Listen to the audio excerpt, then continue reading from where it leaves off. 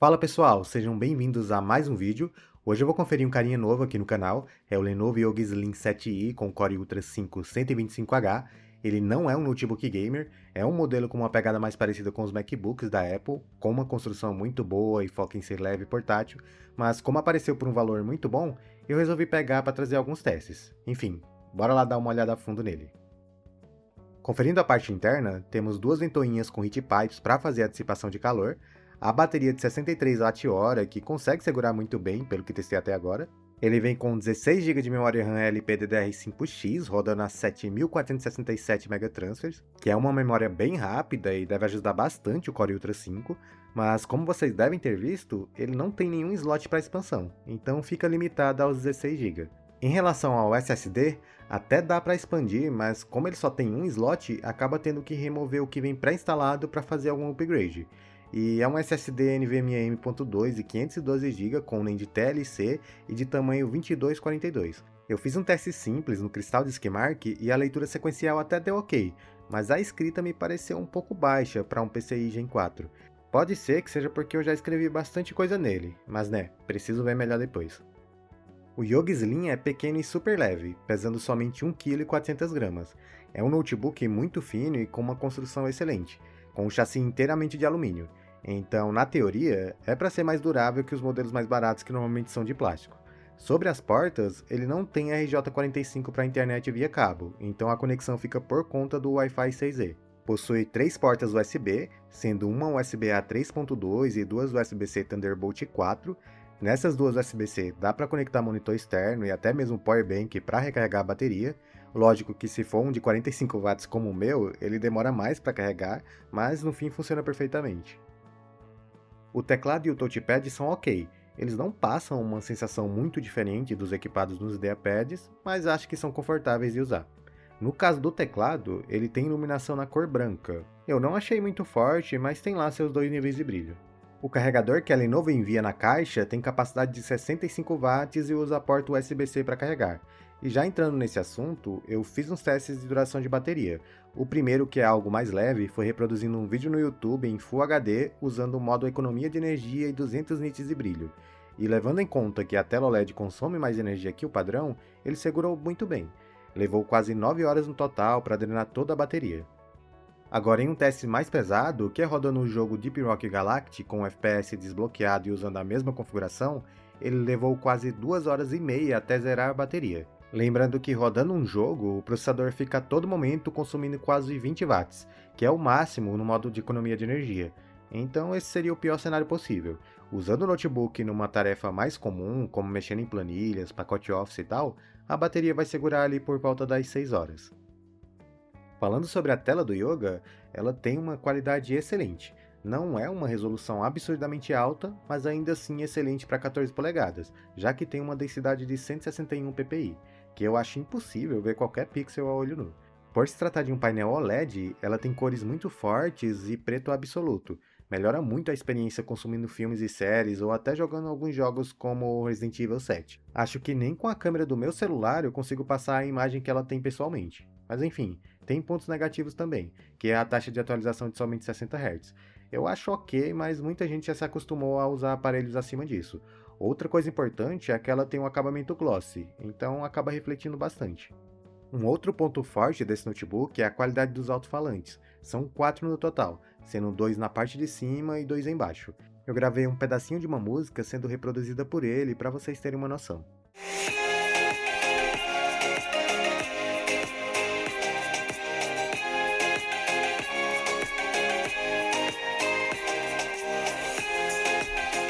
Também realizei um teste no microfone, e ele é um pouquinho melhor do que o que vem em notebooks de entrada, mas nada muito absurdo. A webcam tem resolução Full HD, então também é um pouco melhor que o padrão, que é o 720p. E algo interessante é que dá para usar o reconhecimento facial para desbloquear o notebook sem a senha. Eu confesso que não sou muito fã disso, mas usei um pouco para testar e até que funciona bem.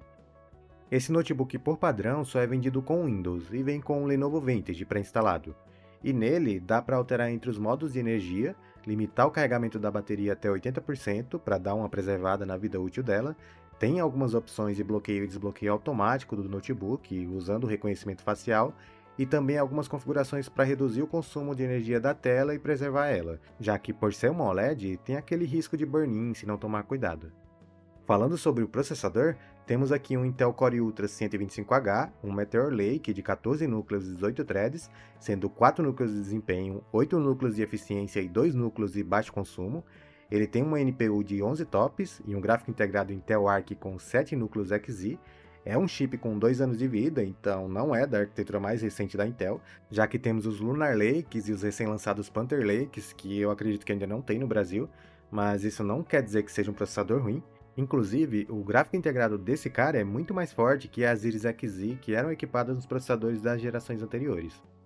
Para conferir a temperatura do processador, eu fiz um teste de estresse no Cinebench 2026, e por ser um notebook ultra fino, em Full Load consumindo 40 watts, ele facilmente vai bater os 90 graus, que embora possa parecer uma temperatura alta, é bem comum para notebooks dessa categoria e não vai prejudicar ele, até porque é muito difícil estressar tanto o processador em um uso normal.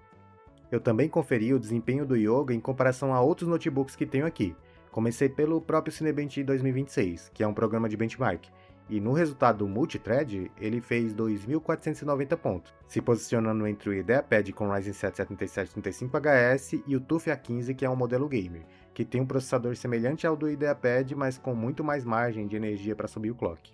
Já no teste single core, o Yoga com o Ultra 5 fica na liderança, mas com uma margem muito pequena acima do IdeaPad com o i5, dá até para dizer que é quase um empate. Eu também fiz um teste no WinRAR de velocidade de compressão, e aqui os modelos com Ryzen são bem mais rápidos, os dois ficam quase empatados e o Core Ultra só ganha do IdeaPad com o i5 13420H. No Blender, eu testei quanto tempo ele leva para renderizar a demo PariTug, e esse é um teste que usa somente os gráficos, e infelizmente eu não consegui fazer rodar na UHD Graphics do IdeaPad com Core i5, então ele acabou ficando de fora. E o notebook mais rápido acaba sendo o TUF A15 com 2 minutos e 6 segundos, e é meio que esperado, já que ele conta com uma RTX 2050, e ter CUDA é uma baita vantagem no Blender. O Yoga com Intel Arc fica ali no meio com 3 minutos e 3 segundos, e por último o IdeaPad com a Radeon 680M com 5 minutos e 20 segundos. Também fiz uma comparação em um pequeno benchmark de cálculo de Pi, usando o Python 3. Ele faz 10 tentativas e pega uma média de tempo como resultado. Usando somente um núcleo, o mais rápido foi o IdeaPad com o i5 13420H. O Yoga foi o segundo mais rápido, seguido pelos dois modelos com Ryzen. Já usando todos os núcleos, o Yoga fica na frente, já que ele tem muito mais núcleos que os outros. Mas o TUF A15 fica muito próximo, quase empatado. Isso acontece porque ele consegue sustentar o clock de vários núcleos ao mesmo tempo, por ser um notebook gamer sem tanta limitação no consumo de energia. E bom, o Lenovo Yoga não é um notebook gamer, mas tem um gráfico integrado bem decente, e como vocês sabem, eu me amarro em brincar com esses chips em jogos, então fiz alguns testes, começando pelo Cyberpunk 2077. Setei ele na resolução Full HD, com gráficos no baixo, textura no médio e usando o XeSS no modo qualidade.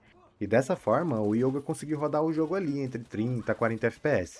Não é a melhor experiência do mundo, já que está longe dos sonhados 60 FPS, mas acho que se você quer muito jogar, dá para se divertir tranquilo. Nas áreas mais pesadas para o processador, ele fica muito próximo dos 30 FPS, mas não cheguei a notar nenhuma queda abaixo disso.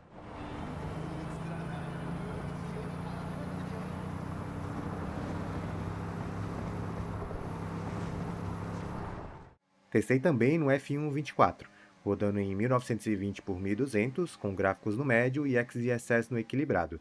Dessa forma, o notebook conseguiu rodar muito bem. Confesso que é até melhor do que eu esperava. Acho que daria até para mudar o upscale para o modo qualidade e travar nos 60 FPS.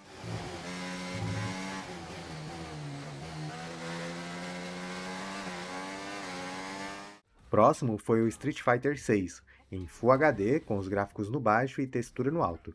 E aqui não foi preciso usar nenhum tipo de upscale ou diminuir a resolução para atingir os 60 FPS. Claro que dá para perceber a falta de sombras e alguns serrilhados por conta do preset gráfico baixo, mas se você não liga para isso, o jogo está rodando bem.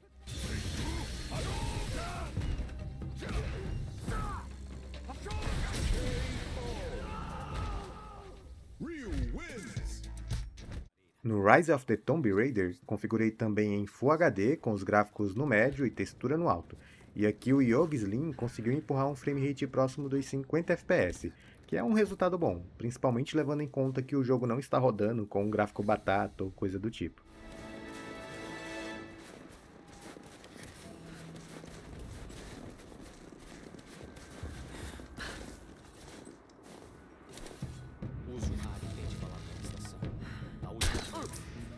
Também testei no Overwatch 2, coloquei em uma resolução mais baixa, já que é um jogo competitivo, com os gráficos no baixo, com exceção das texturas. E deu para manter o FPS praticamente sempre acima dos 60, mesmo durante as teamfights usando as ultimates. A única coisa que deixa a desejar aqui é que quando você abre o jogo pela primeira vez, o notebook vai ficar uns 10 minutos para compilar todos os shaders e sumir com os stutters. Então fica a dica para quem for jogar Overwatch nesse tipo de notebook, espere compilar tudo no menu.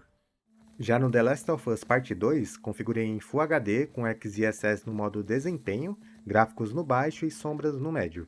Dessa forma, ele vai empurrar um frame rate um pouco acima dos 30 FPS.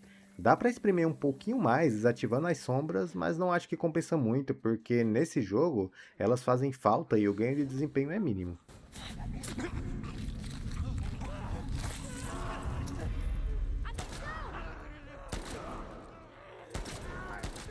Agora, em um jogo mais leve, o Monster Hunter Rise, o notebook conseguiu entregar uma média na casa dos 70 FPS, mesmo rodando na resolução Full HD nativa e com os gráficos no alto. Então esse aqui roda bem redondinho no Yoga Slim.